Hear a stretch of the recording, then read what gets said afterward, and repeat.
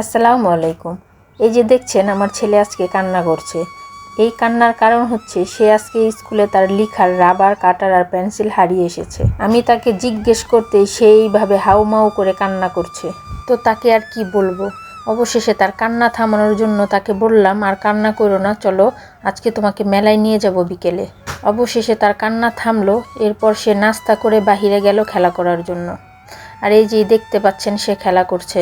একটু পরেই দেখি বাহিরে প্রচণ্ড বাতাস শুরু হয়েছে।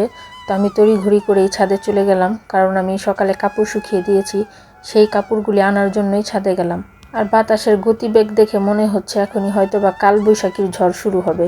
আকাশটা মেঘে ঢাকা আর এইরকম শীতল বাতাস আমার কাছে ভীষণ ভালো লাগছে। ইচ্ছেই হচ্ছে না ছাদ থেকে নামতে। ইচ্ছে না থাকা সত্ত্বেও ছাদ থেকে নামতে হয়েছে, কারণ বৃষ্টি শুরু হয়ে গেছে। দুপুরে রান্না করার মতো ঘরে তেমন কোনো সবজি নেই। তো কি রান্না করব ভাবতে ভাবতে হঠাৎ মনে পড়লো যে বৃষ্টি যখন হচ্ছে তো খিচুড়ি রান্না করে নেই। তো যেই ভাবনা সেই কাজ। ঘরে সবজি না থাকায় আমি ডাল চাল দিয়ে এরকম পাতলা খিচুড়িটা রান্না করে নিলাম। খিচুড়িটা রান্না করে ছেলে আর আমি দুপুরেই খিচুড়িটাই খেয়ে নিলাম। খাওয়া দাওয়া করে ছেলেরা ঘুমিয়েছিল। তারা ঘুম থেকে ওঠার পরে তাদেরকে নিয়ে মেলায় যাচ্ছি।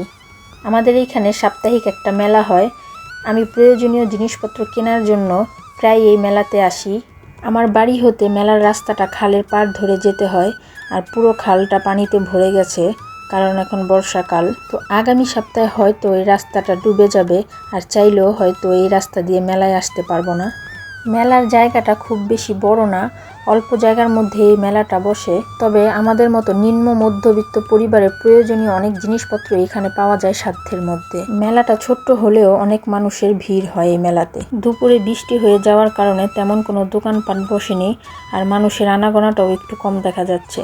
ছেলেকে নিয়ে মেলায় আসলে নিজের ছোটবেলায় মেলায় যাওয়ার কথা মনে পড়ে যায়। যদিও এখনকার সময়ের মেলার চাইতে আমাদের সময়ের মেলার আমেজটা ছিল ভিন্ন রকমের। আমাদের সময়ের মেলা বলতেই আমরা বুঝতাম নাগরদোলা, মিষ্টি মন্ডা, মাটির হাঁড়ি পাতিল আর বেলুন। এই সব জিনিস ছাড়া আমাদের মেলা হতো না। আর আমাদের সময় মেলাও কিন্তু বিশেষ বিশেষ কিছু দিনগুলোতেই হতো। যেমন আমাদের ঈদ, হিন্দু ধর্মাবলম্বীদের বিশেষ বিশেষ কিছু পুজোয়, আর বাংলার মাস হিসেব করলে বৈশাখ আর মাঘ মাসেতেই আমরা মেলা দেখতে পেতাম। আর এখন বিশেষ বিশেষ দিনগুলি রেখেও প্রতি সপ্তাহে আমরা মেলা দেখতে পাই। যাই হোক, মেলা থেকে প্রয়োজনীয় কিছু জিনিসপত্র আমি কেনাকাটা করে নিয়েছি। আর এখন ইজান বলছে সেই ক্লেটা নিবে, তো তাকে ক্লের প্যাকেটটা নিয়ে দিলাম। এরপরে সে আবার এই ছাপা মেহেদির রঙগুলো দেখে বলল যে সে হাতে ছাপা দিবে। তো আমি বললাম কোনটা দিবা। তারপর সে একটা গিটার বেছে নিল, আর ওই গিটারের ছাপাটাই হাতে দিয়ে নিল। মেলা থেকে বের হয়ে ছেলেকে জিজ্ঞাসা করলাম কি খাবে বাবা। সে বলল ঝালমুড়ি খাবে। এরপরে আমরা ঝালমুড়ির দোকানে চলে আসলাম। আর ঝালমুড়ির দোকানে এসেই দেখি ঝালমুড়ির দোকানে অনেক ভিড়। তো আমরা কিছুক্ষণ অপেক্ষা করার পরে আমাদের ঝালমুড়িটা পেলাম। এরপর ঝালমুড়িটা নিয়ে আমরা বাড়ির দিকে রওনা করলাম। তো বাড়িতে যাওয়ার পথে ভাবলাম যেহেতু কোনো সবজি নাই, তো যে কোনো একটা সবজি নিয়ে যাই যাতে রান্না করা যায় রাতে। সবজির দোকানে গিয়েই প্রথমে দেখলাম কচুরমুখী, তাই আমি ভাবলাম কচুরমুখীটাই নিয়ে যাই। ফ্রিজে ইলিশ মাছ আছে, ইলিশ মাছ দিয়ে কচুরমুখীটা রান্না করা যাবে। আর বিকেলে নাস্তার জন্য পুরি নিয়ে নিলাম। পোটলা দুইটা হাতে নিয়ে ইজান তাইরে নাইরে করে বাড়ির দিকে হেঁটে যাচ্ছে। তো বাড়িতে আসার পরে পুরি আর ঝালমুড়ি দিয়ে আমরা সন্ধ্যার নাস্তাটা করে নিলাম। আর এই দিকে ইলহানটাকে আমি খাইয়ে দিলে খাবে না, সে নিজে হাতে নিয়ে খাবে, এই জন্য কান্না করছে। তো খাওয়া শেষ করেই ইজান দেখলাম ক্লেটা নিয়ে খেলতে বসেছে। তো সে কিছু সময় খেললো। এরপর আমি তাকে বললাম যে পড়তে বসো। তারপর সে খেলা শেষ করে পড়তে বসলো, আর আমি এই দিক দিয়ে রাতের রান্নাটা করতে চলে গেলাম। রাতের খাবারের জন্য আমি এখানে ভাত আর কচুরমুখী দিয়ে ইলিশ মাছের তরকারিটা রান্না করে নিলাম।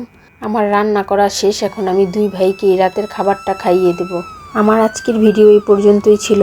আমার পরিবার এবং সন্তানদের জন্য দোয়া করবেন। আর আমার এই ভিডিওগুলি যদি আপনাদের কাছে ভালো লেগে থাকে তাহলে আমার চ্যানেলটিকে লাইক এবং সাবস্ক্রাইব করার অনুরোধ রইল। আল্লাহ হাফেজ।